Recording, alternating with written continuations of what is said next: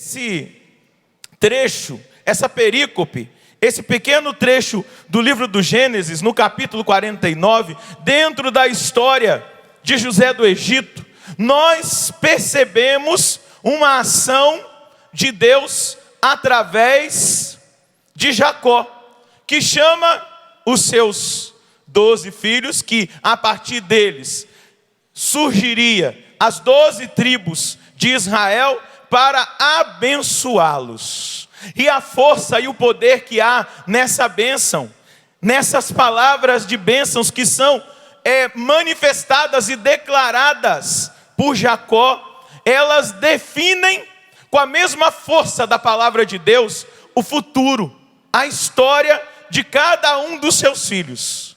Ele os abençoa, a semelhança do que a palavra nos relata de outras realidades na Bíblia, de outra situação, quando o patriarca se encontra já nesse momento de quase morte, e ele abençoa, ele reparte a bênção, que é a sua herança.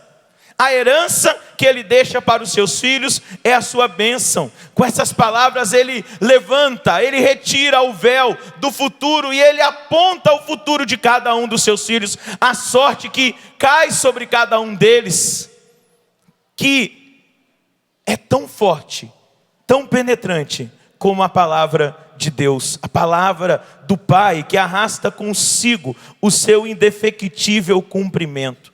O anúncio do futuro, aquilo que esse pai declara, inspirado, movido por Deus,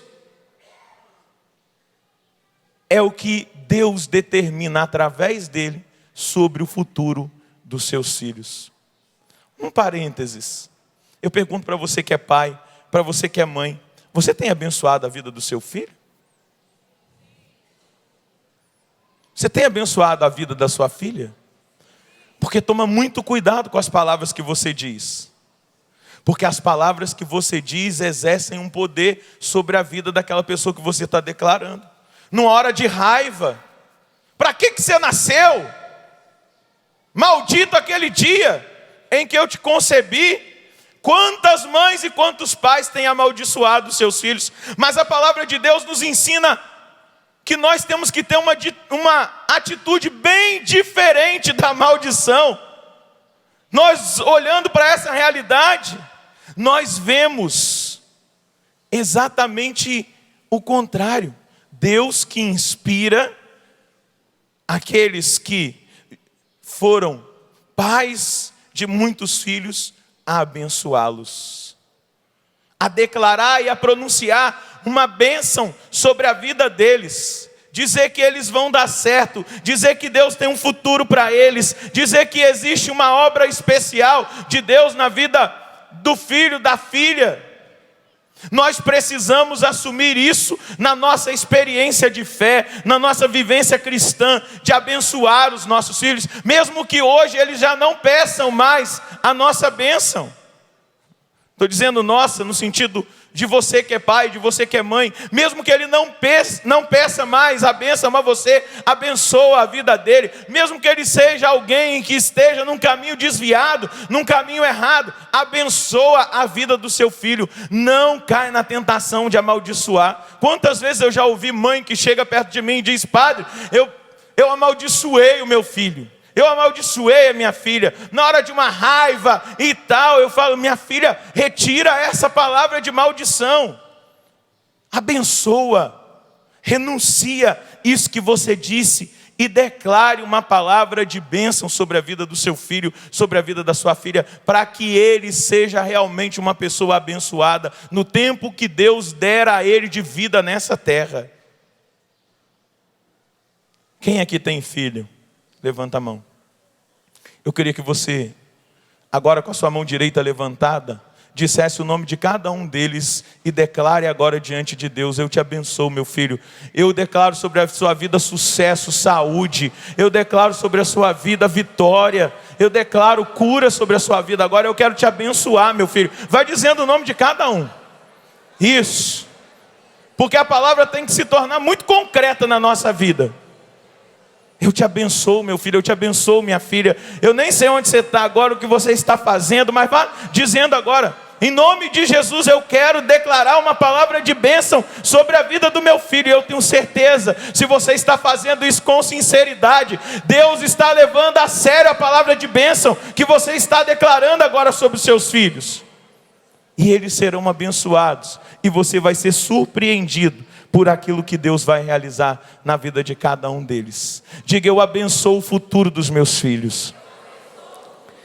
Eu declaro uma palavra de bênção sobre eles. Pai, mãe, Deus está abençoando o seu filho agora através de você e a sua filha.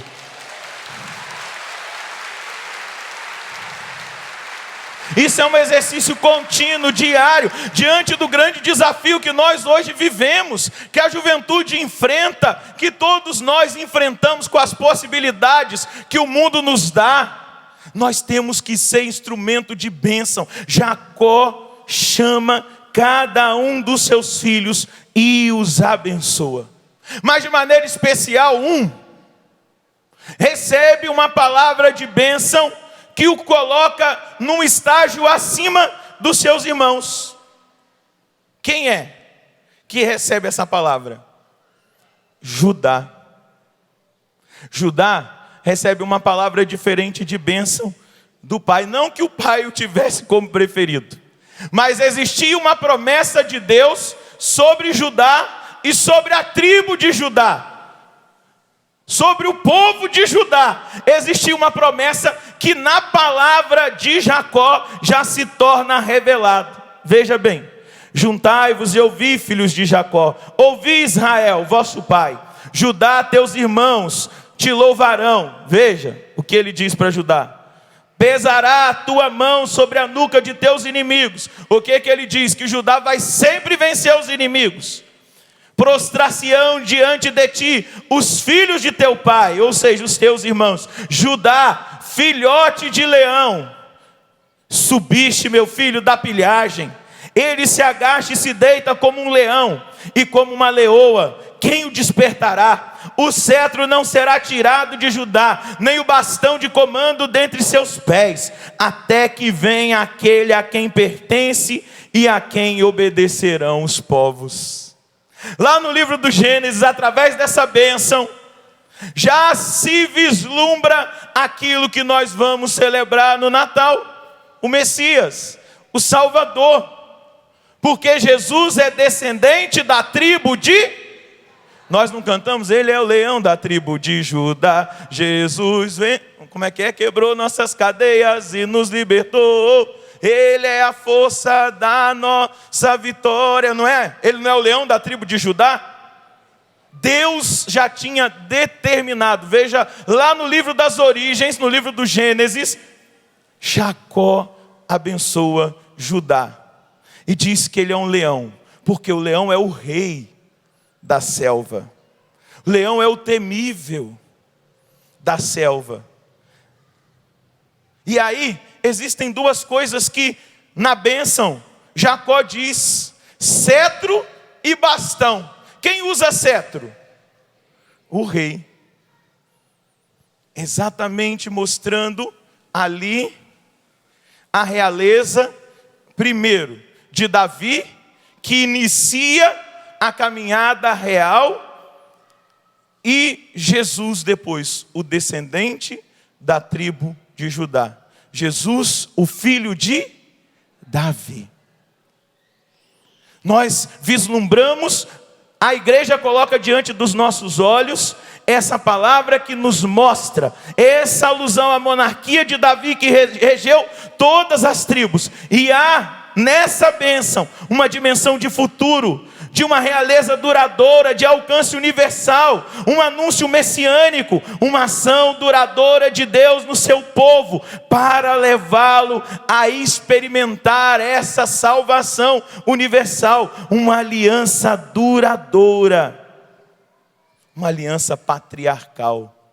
Deus que desde a origem já determina aquilo que nós, que você e eu, iríamos experimentar.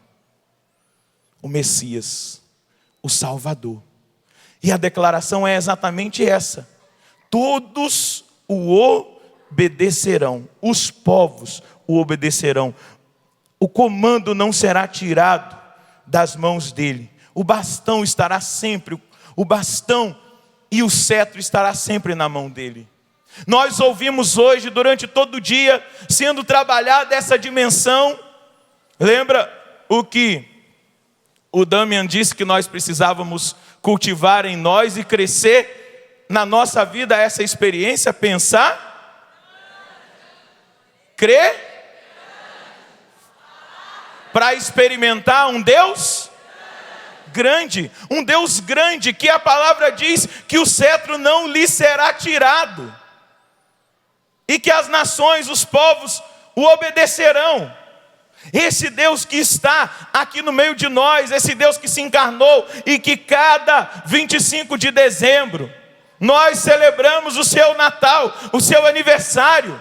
Essa realeza de Cristo precisa adentrar a nossa história, a nossa vida, e nós entendermos que nós temos um rei, e sendo ele o nosso rei, nós precisamos obedecer-lhe a cada instante da nossa vida, a cada momento da nossa história. Nós precisamos nos submeter à autoridade desse rei, que é uma autoridade grandiosa, que é um poder que não dá para narrar com palavras humanas.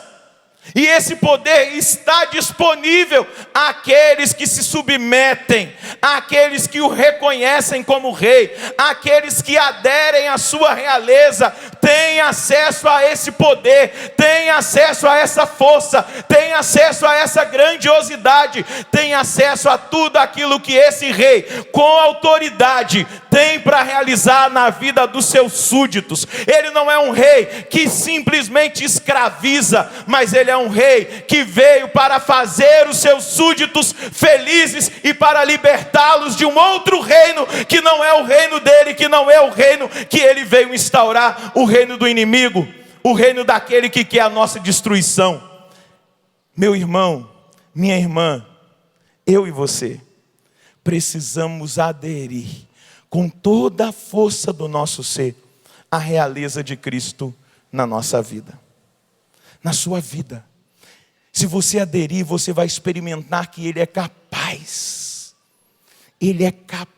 de fazer acontecer na sua vida aquilo que você tem necessidade, porque Ele não é um rei que é inacessível, Ele não é um rei que você precisa marcar uma audiência com Ele, esperar anos para ser atendido. Não, Ele é um rei acessível, que aqui, nesse acampamento, Ele está se deixando encontrar por você, se você o procurar e o buscar.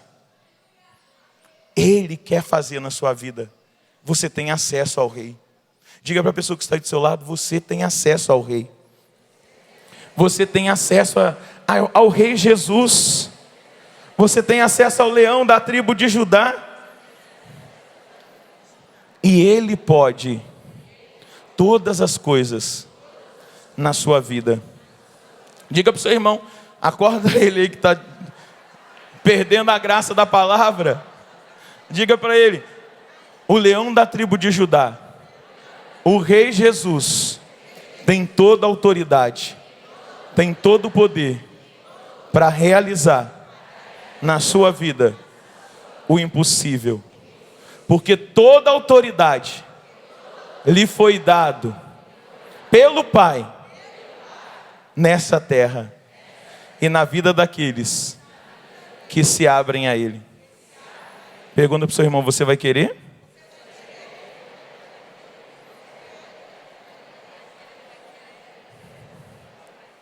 Agora traz a sua mão sobre o seu coração e diga: Senhor, eu quero permitir o seu reinado acontecer na minha vida. Eu quero que esse reinado,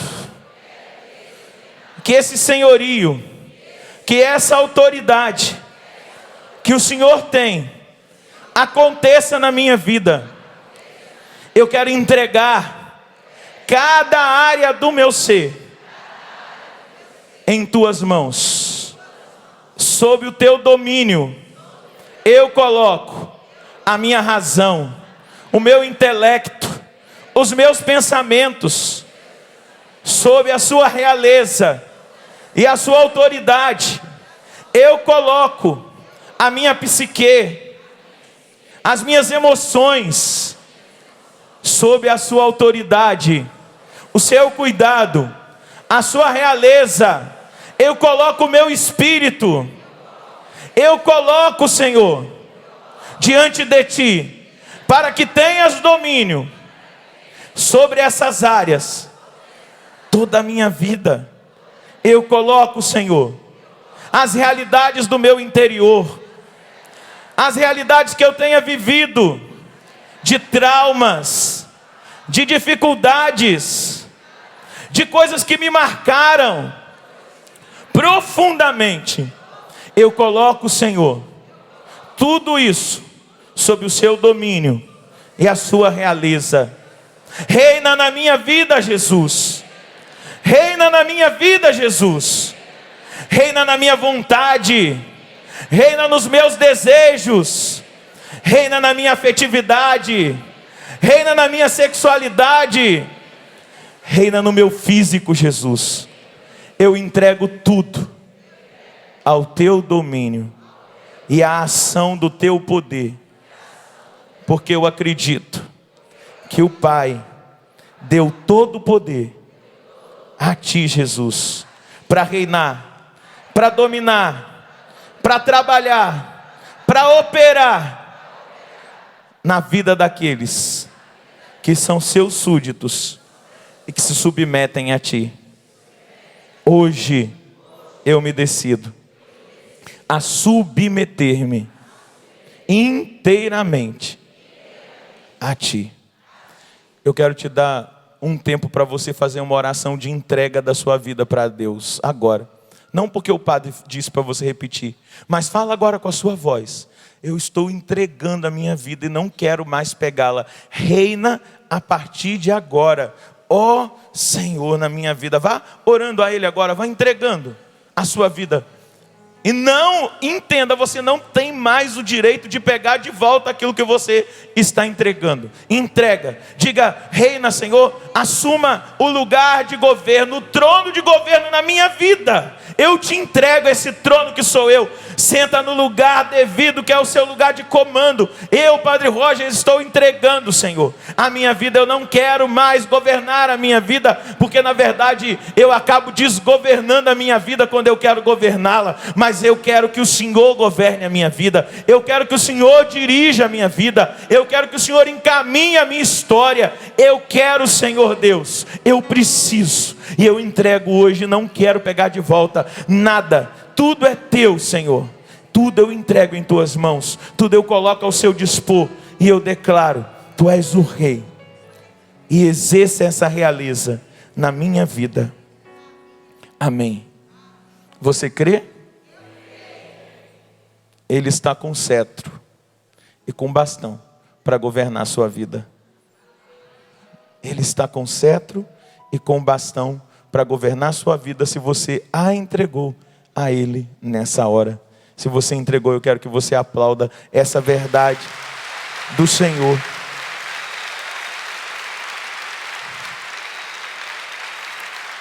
Diga para o seu irmão que está aí do seu lado: não tem mais volta. Já era.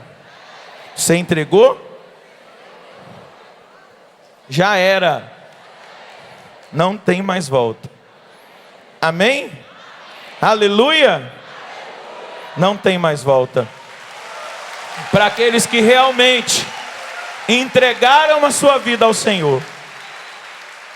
E veja, o Evangelho nos coloca diante da genealogia de Jesus.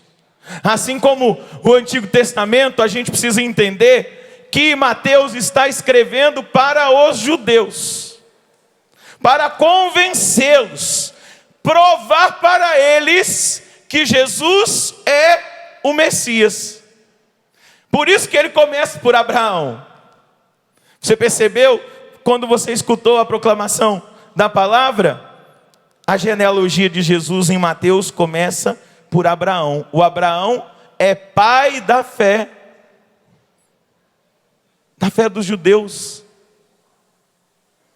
é um patriarca venerado, admirado. É o pai da fé. E Mateus começa: livro da origem de Jesus Cristo, filho de Davi, filho de Abraão.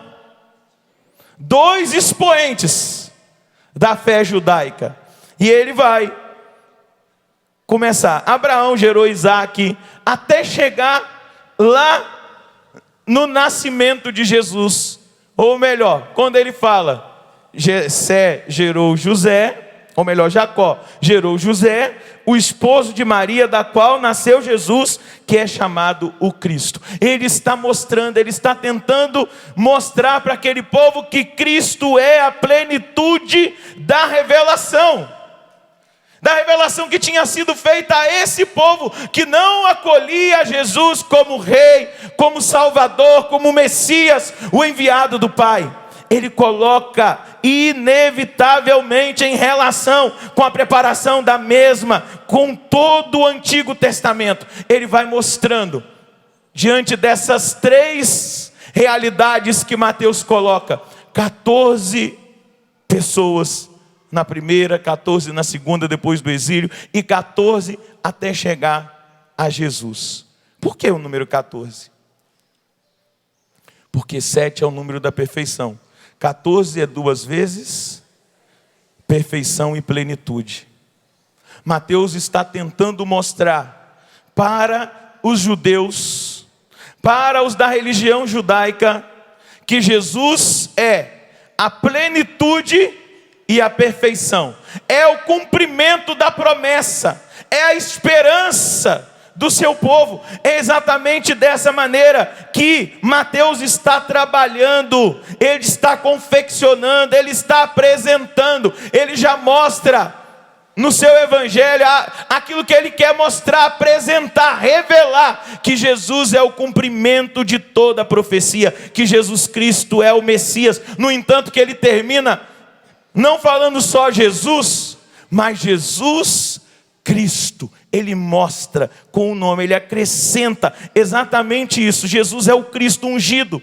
Quem é ungido para Israel? É o Messias, aqueles que eles esperam. E ele acrescenta o filho de Davi, o filho de Abraão, para convencer aqueles que não acreditavam daquilo que realmente era a realidade, era a verdade, e que eles precisavam tomar posse, precisavam assumir, precisavam experimentar. Ele está ali revelando quem é o protagonista do seu evangelho: Jesus Cristo, com tudo o que esse nome significa, com tudo o que está contido na revelação, com toda a possibilidade que aquele povo teria de realização se aderisse Jesus Cristo como Senhor, Salvador e Messias.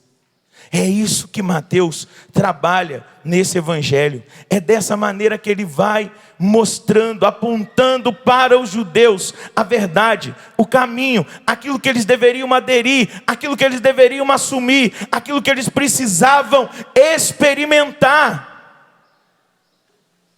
aquilo que eles precisavam viver. Eles precisavam viver, assumir Jesus Cristo. Por quê? O evangelho foi escrito um bom tempo depois que Jesus já tinha morrido na cruz e ressuscitado. Então ele está mostrando para os judeus, para a comunidade judaica, a qual ele foi enviado para evangelizar o povo escolhido, para revelar ao povo escolhido essa grande graça que eu e você precisamos assumir. Que eu e você assumimos porque nós estamos aqui, mas precisamos de uma maneira mais concreta mostrar que realmente nós assumimos, e mostrar dessa maneira que nós fizemos agora, dando liberdade para que Jesus faça na nossa vida, para que Jesus trabalhe na nossa vida, para que nós entendamos que Ele é esse Deus grande, esse Deus que para Ele tudo é possível, esse Deus que para Ele tudo pode acontecer e se realizar, quando aqueles que o amando, o acolhem na sua vida e dão essa liberdade e essa permissão para que ele trabalhe, para que ele faça. Eu não sei o que te atraiu aqui. Glória a Deus que foi Jesus. Glória a Deus. Eu não sei se no seu coração você disse assim: eu estou indo agora para a Canção Nova ter um encontro com Jesus. Porque na Canção Nova nós não sabemos fazer outra coisa a não ser apresentar Jesus Cristo para aqueles que aqui vêm, que se sentam aí. Para aqueles que saem da sua cidade, da sua casa, do seu estado, que viajam horas para chegarem até aqui. Porque esse é o bem maior que a Canção Nova possui, nosso Senhor Jesus Cristo.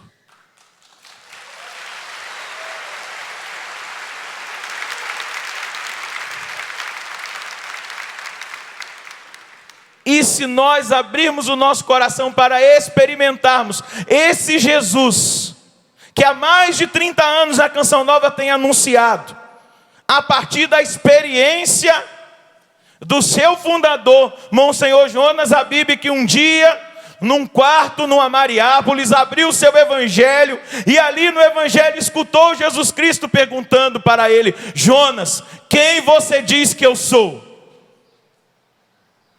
Como Jesus perguntou para os seus apóstolos, os seus discípulos, aqueles que estavam mais perto, porque alguns diziam que ele era Elias, outros que ele era Jeremias, ou algum dos profetas que haveria de vir.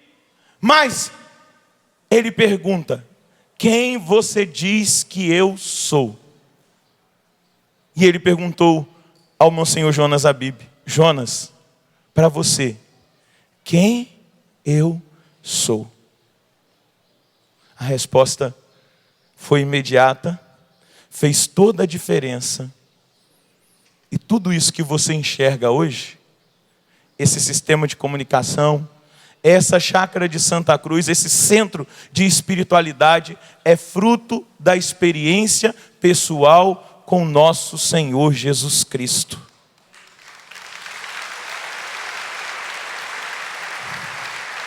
É fruto da experiência com o cumprimento de uma profecia, de uma promessa de Deus, que enviaria o seu Messias, o Salvador. Só que aquele que experimenta o Messias, o Salvador, que experimenta Jesus Cristo, esse Cristo que Mateus está fazendo questão de apresentar para o povo de Israel, não consegue guardar esse Cristo dentro de uma caixinha de presente, guardar para si mesmo, mas precisa falar e testemunhar e fazê-lo conhecido e amado. Por isso que nós estamos aqui, por isso que existe a Canção Nova, por isso que nós temos um sistema de comunicação, por isso que nós somos essa TV católica que evangeliza 24 horas por dia, para que um povo tenha um encontro pessoal com Jesus, e tendo um encontro pessoal com Jesus, tenha a sua vida transformada, mudada.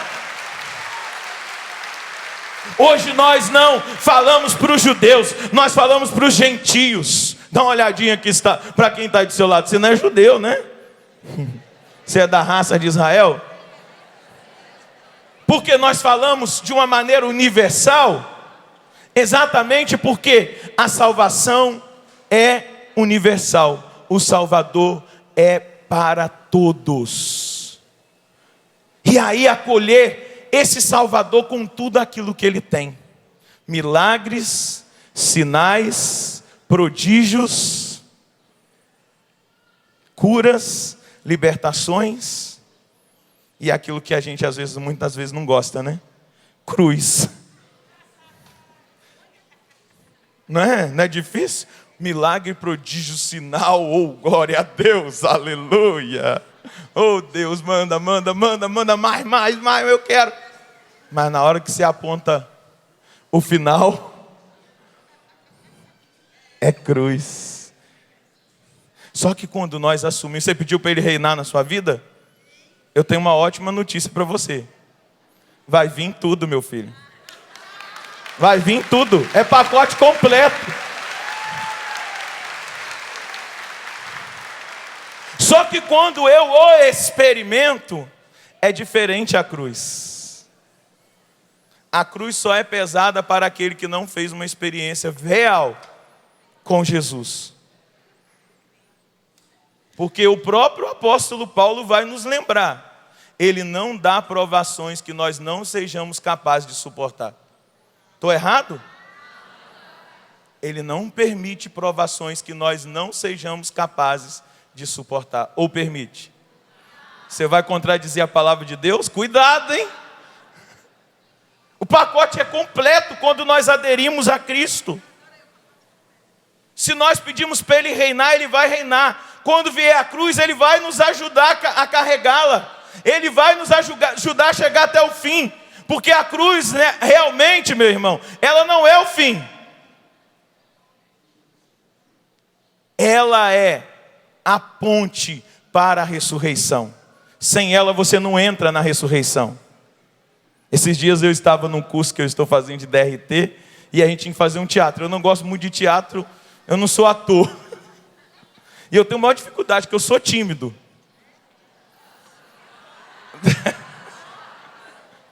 Eu sou muito tímido.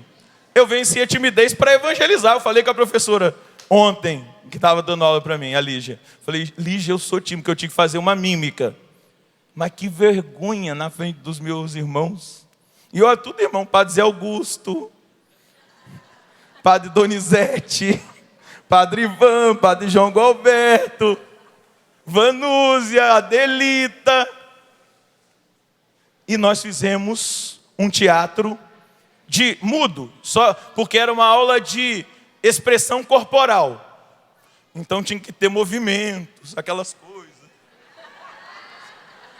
E o nosso teatro era a entrada no céu. Lindo. Eu era Jesus. Estava com um manto real, uma coroa na cabeça. O pessoal que estava aqui em Cachoeira, numa loja que tem ali, eles viram e ficaram tudo rindo lá. Na hora que eu estava ensaiando. E aí nós fizemos a porta do céu, que é estreita. Então pegamos o Padre Ivan e o Álvaro, que é do Senac, e eles ficaram de costas um para o outro e eles dançavam. Era a porta do céu, dançando. E aí estava o Padre Donizete, a Vanúzia e... não lembro quem era a outra. Tinha mais alguém, que eu não lembro. O Padre Aloísio, que iriam entrar no céu. E eu estava lá esperando, dançando, feliz. Porque o céu é movimento, né? E tal. Mas interessante, porque a inspiração que nos veio foi de que quando eles despertassem para entrarem no céu, ou seja, a passagem da morte para a glória, eles viriam até a porta do céu com a cruz. Nós arrumamos uma cruz grande, aí os três seguraram, aí eles foram até a porta do céu e não entrava, porque a porta é estreita. Aí eu olhei de lá junto com o anjo que estava comigo, falei assim, já não vai existir mais cruz, não tem mais cruz, a cruz fica do lado de fora. Agora é a ressurreição, agora é a glória, agora é a vitória, agora é o coroamento. Agora é o final de tudo. A cruz não vai entrar, ela não conseguia passar na porta, porque a porta era estreita, uma cruz imensa, não tinha como virar. Mas é assim, o pacote é completo. Mas a certeza, o Apocalipse vai nos dar, no capítulo 21. Não haverá mais choro. A lágrima já vai ter sido enxugada. A morte já vai ter vencida. Cristo será tudo em todos. Essa é a esperança daquele que entregou a vida a nosso Senhor Jesus Cristo, Rei do Universo, Leão da tribo de Judá. Mesmo que venha a cruz nessa terra, nós vamos chegar no céu sem ela. Ela só vai ser a ponte, a porta de entrada, mas ela vai ficar lá, porque Deus já vai ser tudo em nós. Pergunta mais uma vez, seu irmão, você entregou a vida para Cristo?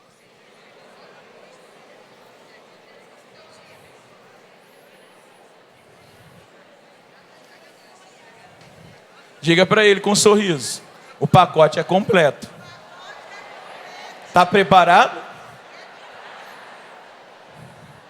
sinais, milagres, prodígios, curas, libertação, cruz e ressurreição. O pacote é completo, não vem faltando nada.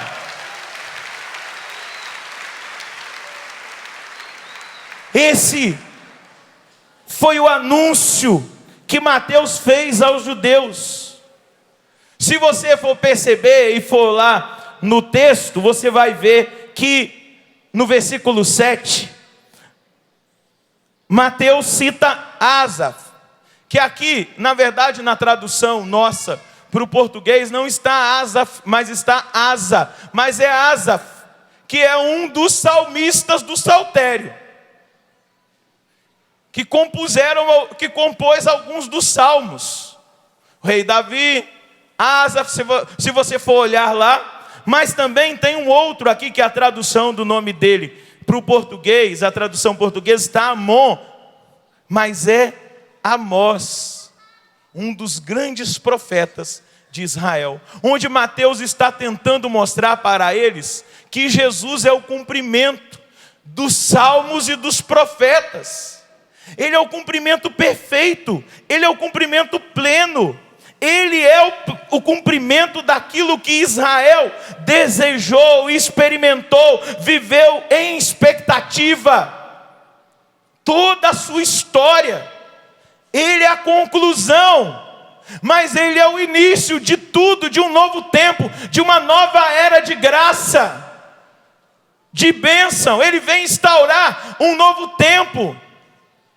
E se você realmente deu oportunidade para ele, eu preciso te dar uma boa notícia. Começa um novo tempo na sua vida, na sua história, na sua família, na sua casa. Porque é impossível nós nos aproximarmos do Senhor e não experimentarmos o novo tempo que Ele tem para a nossa vida, para a nossa família, para a nossa casa. É impossível não experimentar aquilo que Ele tem de concreto para concluir, para realizar, para operar na nossa vida. É impossível estar diante dele e sair diferente. Lembra que a experiência que nós fizemos aqui na oração? O que o Damian disse para nós? Estende os braços, imagine que você está numa praia, recebendo o sol, se deliciando. É assim, não tem como nós nos colocarmos diante do Senhor e continuarmos a mesma coisa. Dá uma cutucadinha nessa bênção, diga para ela, já era. Eu gostava muito de uma coisa que, nos nossos encontros carismáticos, e até mesmo eu vi muitas vezes o Padre Jonas dizer para aqueles que estavam fazendo os encontros, hoje começa o primeiro dia do resto da sua vida. Hoje começa o primeiro dia do resto da sua vida. Se você entregou, se você aderiu, se você se abandonou, se você colocou o seu coração nas mãos do Senhor e se você pediu para que Ele reinasse, você é beneficiário da promessa de Deus. A promessa de Deus se cumpre na sua vida. A promessa de Deus se cumpre na sua casa se você faz essa adesão. Mas é interessante nós vermos também que nessas 46 pessoas que Mateus cita, nós vamos ver gente de todo tipo. Dá uma olhadinha aí pro seu lado, ó. Gente de todo tipo. Sotaque diferente, tem uai, tem porta. Ó, gente. Vixe, padre, o senhor tá doido? Tem sotaque inglês. Tem gente de todo tipo. Nos 46 da genealogia de Mateus, também tinha gente de todo tipo.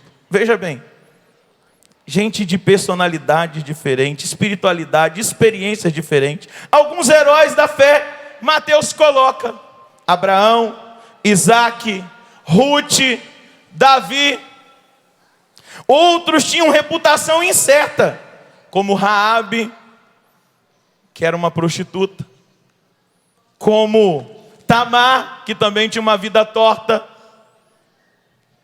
Mas na genealogia de Mateus, muitos cidadãos comuns, como Esrom, Naasson, Aquim, outros ímpios, como Manassés, Abdias, para nós entendermos algo muito importante. Muito importante. A obra de Deus não é limitada pelos fracassos ou pelos pecados humanos. Aquilo que Deus quer fazer não se limita aos pecados e aos fracassos da humanidade. Basta você olhar na genealogia de Jesus, ter uma prostituta. Na genealogia de Jesus, ter ímpios. Mas a vontade de Deus se cumpriu. Nada impediu a vontade de Deus de se cumprir. Nem os pecados humanos daqueles que faziam parte dessa genealogia, muito menos os fracassos deles, impediram a vontade de Deus de acontecer na vida da humanidade. O projeto salvífico de Deus não parou nas limitações e nos pecados humanos. Não parou nas dificuldades daqueles que foram eleitos para fazerem parte desse processo, desse projeto de salvação. E eu queria dizer para o meu irmão Demian, eu queria dizer para mim, eu queria dizer para a Canção Nova: a nossa humanidade, a nossa fraqueza, o nosso pecado não tem poder de parar o poder de Deus de agir na vida das pessoas. Quando eu olho para as minhas limitações, eu falo: como que o Senhor pode me usar? Quando eu olho para os meus pecados, eu digo: Senhor, como o Senhor pode usar-me dessa maneira? Porque talvez eu seja o maior dos pecadores que estão aqui. Mas quando Deus quer agir, ninguém pode impedir. E Ele quer agir na sua vida. E além de agir na sua vida, Ele quer fazer de você um instrumento de ação e de poder dEle na vida de outras pessoas. Você tem noção do que Deus fez através de você na vida daquela pessoa que você orou por ela? Hoje à tarde? Quem é você?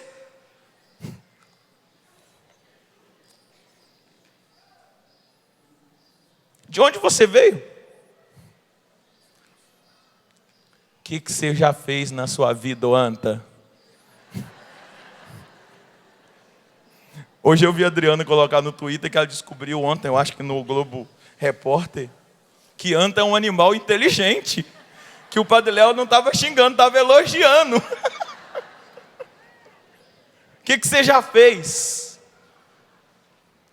Talvez você diga: mas eu, Senhor, meu amado, a obra de Deus não é limitada pelos fracassos ou pelos pecados humanos. Ela opera por intermédio de pessoas comuns. Dá uma olhadinha para quem está do seu lado. A obra de Deus opera por intermédio de pessoas comuns. Ele continua fazendo hoje para manifestar a sua vontade. Dá uma cutucadinha nessa bênção que está aí do seu lado. Diga: Ele quer usar você.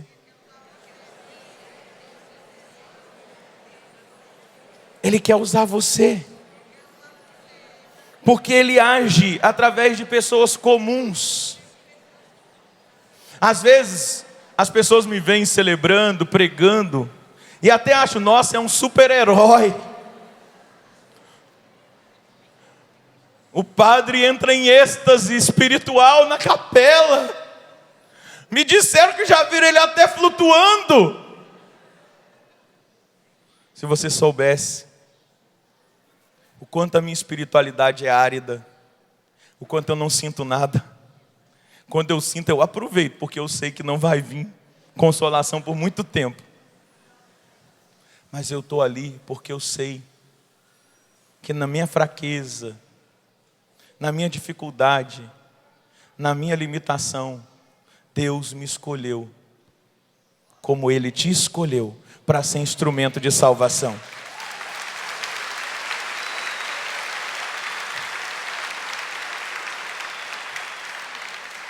E eu quero dizer para você, eu quero dizer para os jovens que estão aqui e se sentem chamados por Deus Não tenha medo de entregar a sua vida, porque é você sim que Deus escolheu. Ele não escolheu outro, é você que Ele está escolhendo.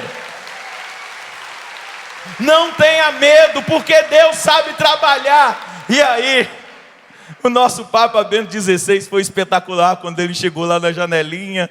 Anúncio vobis gaudium magnum. Anuncio-vos uma verdadeira alegria. Habemos Papa. Ecclesiae Romanae Pontifice. Aí vai lá dizer: Cardeal Josephum Ratzinger. E aparece ele lá, todo tímido. E ele fala: Deus escolhe instrumentos insuficientes para trabalhar na sua vinha. E que instrumento insuficiente o nosso Papa, hein? Diga para o seu irmão: Deus escolhe instrumentos insuficientes como você para trabalhar na vinha. Ele sabe trabalhar com seus fracassos, com as suas fraquezas, com as suas limitações. Ele sabe. Dá essa boa notícia para o seu irmão: você é um escolhido por Deus, porque você permitiu que o Senhor adentrasse a sua vida, a sua história. Meus irmãos, nós estamos em tempos muito difíceis na humanidade e na história da igreja. Nós estamos num tempo de um relativismo que o Papa Bento XVI usa um termo que é realmente o termo daquilo que acontece nesse tempo. Existe uma ditadura do relativismo. Nós vivemos num tempo de um esfriamento da fé de muitos.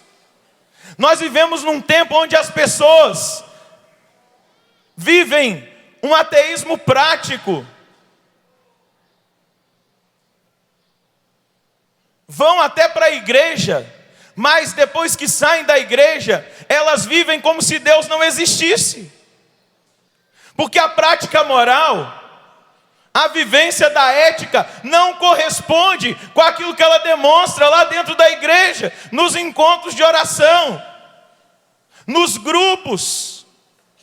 Nós estamos num tempo onde exatamente aquilo que foi trazido para nós, a retomada da experiência da igreja nascente, da igreja apostólica. Nós estamos num tempo onde nós não temos que ter medo de viver, experimentar, clamar os milagres de Deus para que eles aconteçam.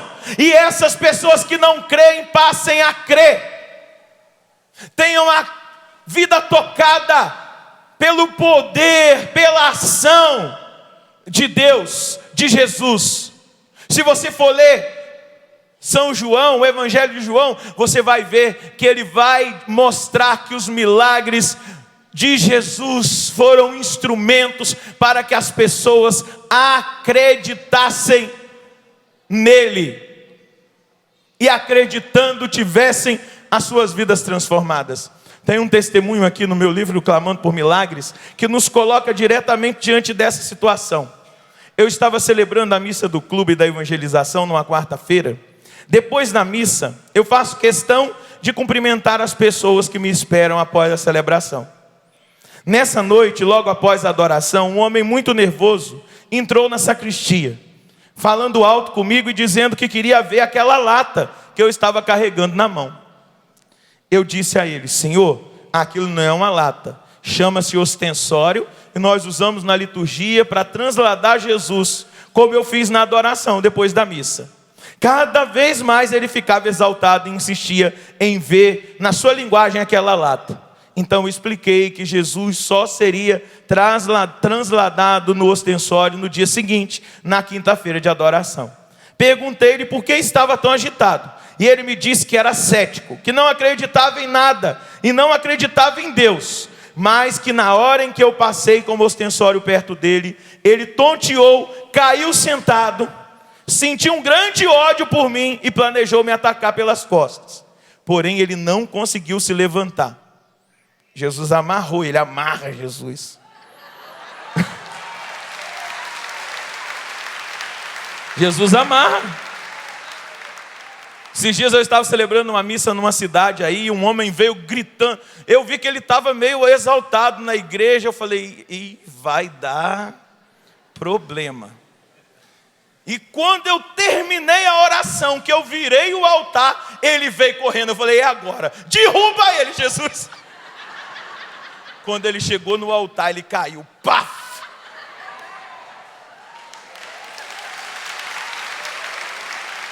Ele não escorregou, não. Jesus derrubou. Porque ele ia me atacar. E ele ficou caído um tempo, levantou e saiu correndo da igreja e foi embora. O homem caiu sentado e queria me atacar. Por trás. Ele toteou, caiu sentado, sentiu um grande ódio por mim e planejou me atacar pelas costas. Porém não conseguiu se levantar, sentindo-se amarrado. Depois de ter me dito isso, saiu e foi embora. Quando eu tornei a cumprimentar as pessoas que ficaram me esperando, ele voltou ainda mais exaltado e questionou-me. Nessa hora eu falei assim, agora, eu estou perdido. Ele deve ter ido do carro buscar o que ele queria lá para me matar, agora eu estou perdido. Aquelas pessoas que me abraçavam, veio me perguntar por que aquelas pessoas que me abraçavam estavam tão alegres. Algumas inclusive choravam de alegria. Eu expliquei-lhe que era o amor de Deus em nossos corações e o amor que nós tínhamos uns pelos outros. Ele foi novamente embora e quando voltou pela terceira vez eu pensei comigo, será que esse homem vai me agredir, meu Deus? Pois ele estava ainda muito exaltado. Foi quando ele disse que só vinha à missa para trazer a sua esposa, que neste momento entrou com ele. E enfatizou mais uma vez, não acreditar em nada, mas sua mulher insistiu que ele me contasse toda a verdade. Foi então que ele relatou. Quando o Senhor subiu com o ostensório para o altar, eu mesmo não acreditando naquilo, disse a Jesus, se o Senhor existe de verdade e está aí, como todos falam, cure agora o meu olho que está com uma doença e que os médicos disseram que não tem solução. Este Senhor disse-me que logo que ele silenciou, eu proclamei na adoração. Tem um homem que está com um problema muito grave na vista esquerda e que os médicos disseram não ter mais jeito. Só que Jesus me manda dizer-lhe, meu irmão, que você está curado. A sua vista vai começar a vazar e esse é o sinal da cura de Deus. Quando olhei para esse homem, a sua vista estava vazando e ele chorando.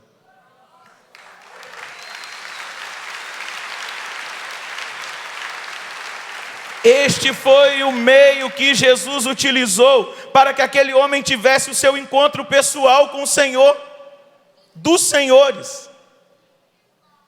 Aquele que tudo pode. E foram as inúmeras vezes que eu voltei a ver aquele Senhor na Canção Nova.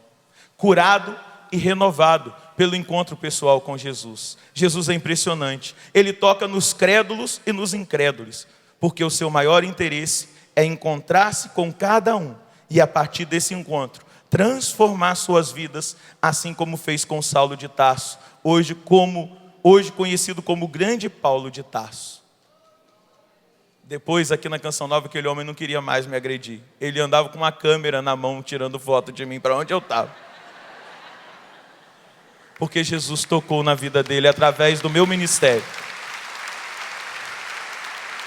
Nos tempos da ditadura do relativismo, nós precisamos experimentar uma graça muito profética na nossa vida. Essa semana inteirinha, a liturgia da igreja refletiu e trouxe presente nos evangelhos que nós lemos nas missas semanais, a figura de João Batista, um profeta de Deus, eleito por Deus, eleito como esses que foram eleitos na genealogia de Jesus, escolhidos para fazerem parte dessa dimensão tão maravilhosa da salvação. Nós precisamos ser profetas no mundo de hoje. E Jesus define João, olha só, Jesus diz que ele é mais que um profeta. Mas onde está a profecia no seu caso? Onde está a profecia de João que nós ouvimos sendo relatado na liturgia dessa semana? Os profetas, eles anunciavam a salvação futura. Mas o precursor não é alguém que anuncia uma salvação futura. O que João anunciou? De salvação futura para ele ser profeta? Não. João, ele indica alguém que está presente. Então, em que sentido ele pode se chamar de profeta? Qual é o sentido de chamar João Batista de profeta? Isaías, Jeremias, Ezequiel ajudavam a superar a barreira do tempo. João Batista ajuda o povo a superar a barreira ainda mais grossa das aparências contrárias, do escândalo, da banalidade, da pobreza com que a hora fatídica se manifesta. Porque o povo de Israel esperava um Messias glorioso que iria libertá-los do poder do Império Romano. E Jesus, o Messias, se encarna, vem na condição humana, não experimentando o pecado, mas na condição humana, e ele não enfrenta o império. Ele não arranca Israel da escravidão do Império Romano, da opressão do Império Romano. Então, João Batista vem ajudar o povo a superar essa barreira, porque é muito fácil acreditar em algo grandioso, divino, quando se estabelece um futuro indefinido. Como a gente ouve nos profetas, naquele tempo, naqueles dias, nos últimos dias. É mais difícil quando se deve dizer, está aqui, é Ele. Como nós precisamos dizer para os nossos irmãos, Ele está aqui, é Ele. Ele pode fazer na sua vida, Ele pode realizar, Ele pode transformar a sua vida. E João começa o seu ministério público no Evangelho de João, no capítulo 1, no versículo 26, dizendo: em meio de vós está alguém a quem não conheceis. João Batista inaugurou uma nova profecia, a profecia do tempo da igreja, a profecia que você faz parte dela. Diga para o seu irmão, você faz parte dessa profecia. Profecia essa, diga para o seu irmão, que não é anunciar uma salvação distante ou futura, mas revelar a presença escondida de Cristo no mundo.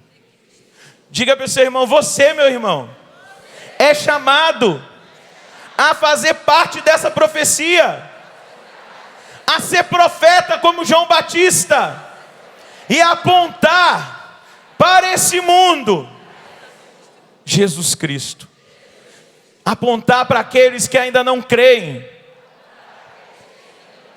Jesus Cristo, a plenitude, a perfeição, o cumprimento da promessa.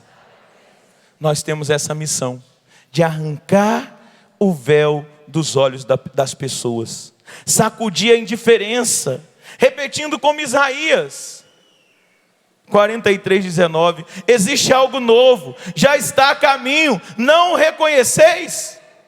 Que algo novo é esse, senão Jesus Cristo? Já se passaram mais de 20 séculos, meus irmãos. Nós sabemos muito mais de Jesus do que João Batista. Ele não era um grande teólogo e a cristologia dele era muito pequena. Ele não tinha a compreensão de Cristo como nós temos. Mas hoje, depois de 20 séculos, o escândalo não desapareceu.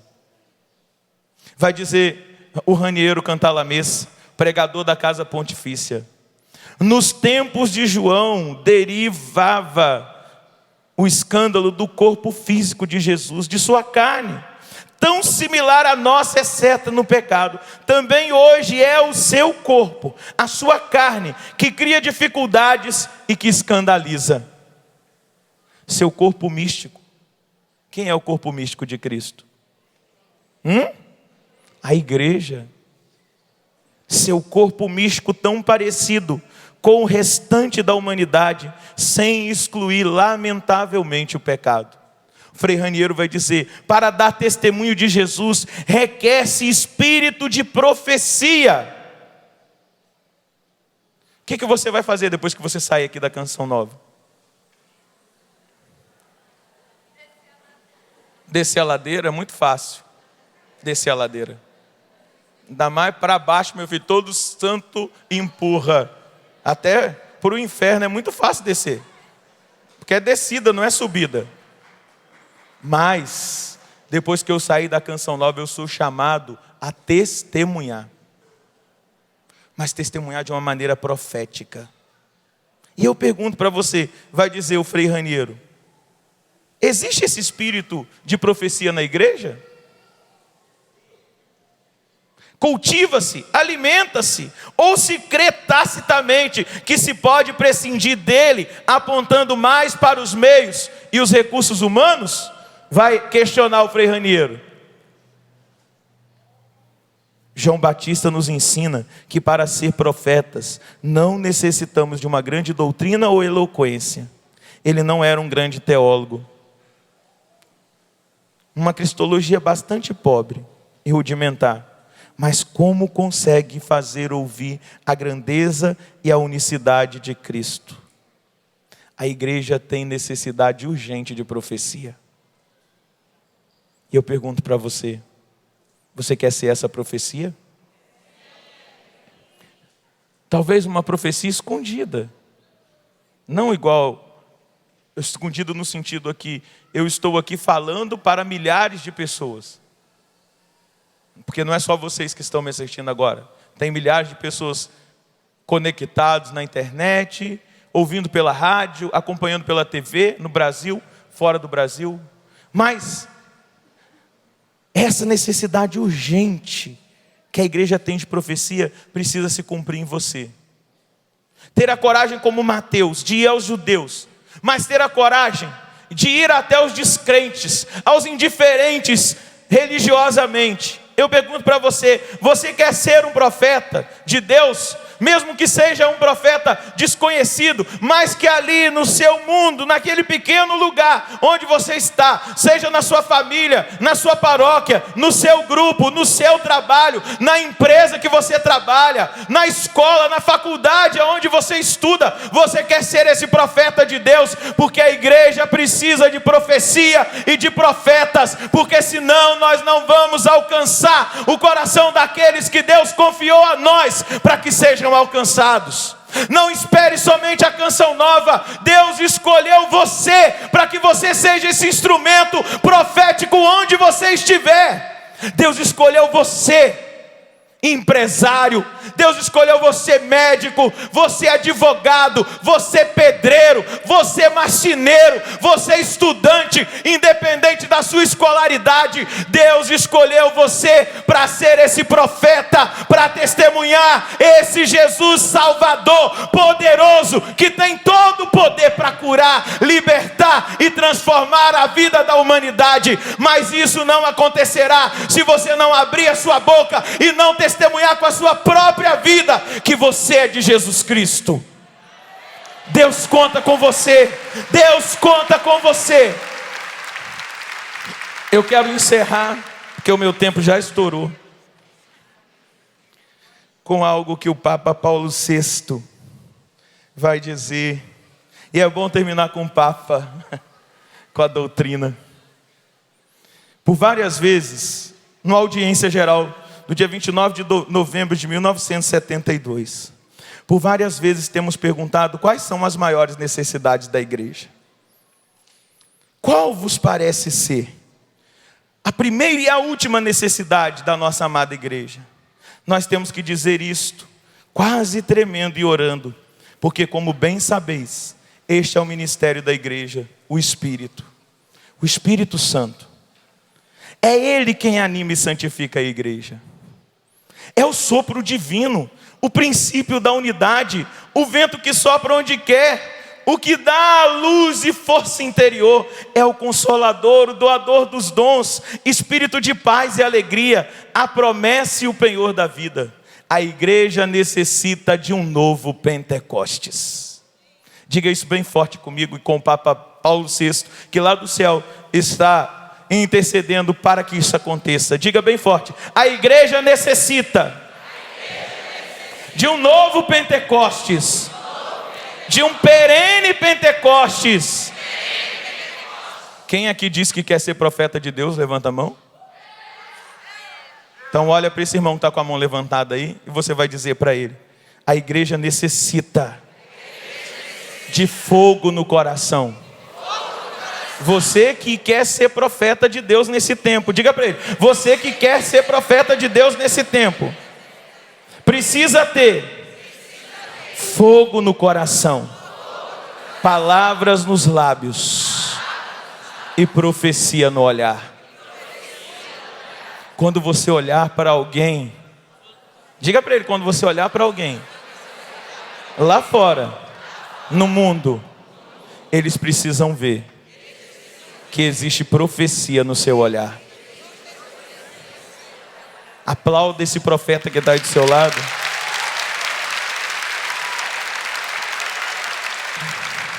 Ela precisa ser o templo do Espírito Santo, ser completamente pura em sua vida interior. Os homens, os jovens, as almas consagradas, estou vendo as freiras aqui, as almas consagradas, a vós irmãos no sacerdócio, será que nos escutais?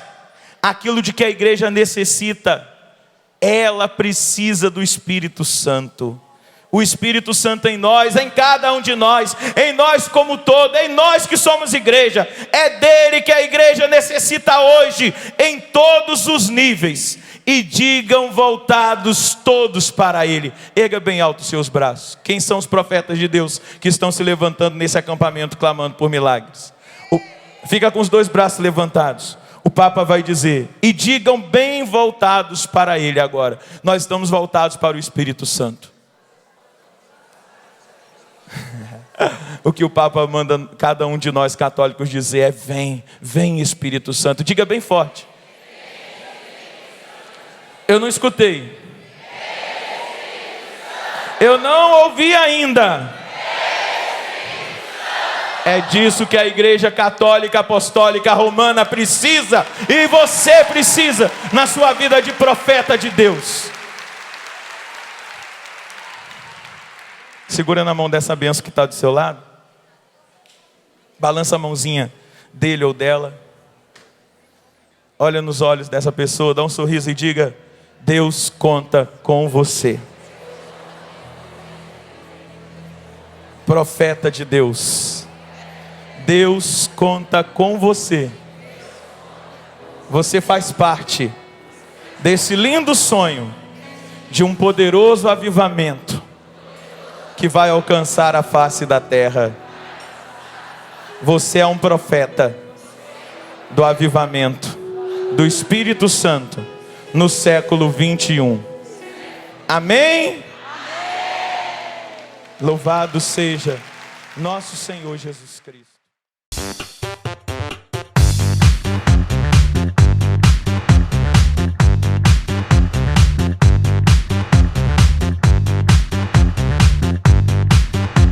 CançãoNovaPlay.com. Assine já!